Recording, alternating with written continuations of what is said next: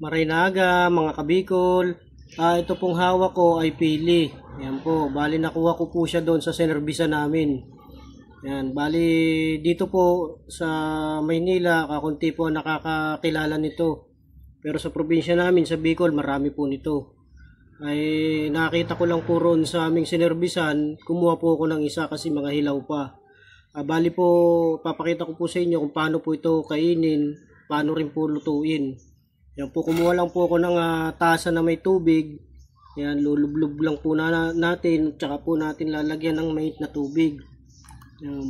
Bali po, siguro mga 15 minutes, pwede na po siyang kainin. A few moments later.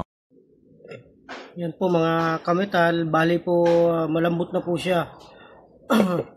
Ating babalatan na po. Yan po, binabalatan po siya, ganyan po ang itsura niya pag binalatan. Pero mas masarap po rito yung kulay pink yung balat niya. Malinamnam. Yan po. Yan po mga kametal, oh. Sarap po niyan.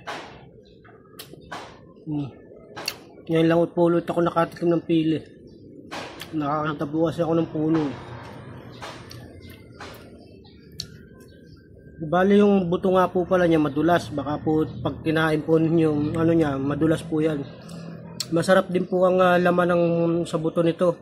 Yan po yung parang mani. Mas masarap pa po sa mani. Ito naman po mga kametal, papakita ko naman po sa inyo kung ano po ang laman nito. Yung sa pili po.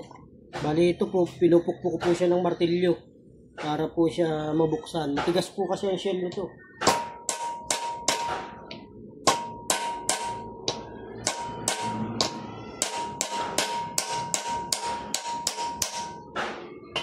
Yan po, wala po pala siyang laman, no?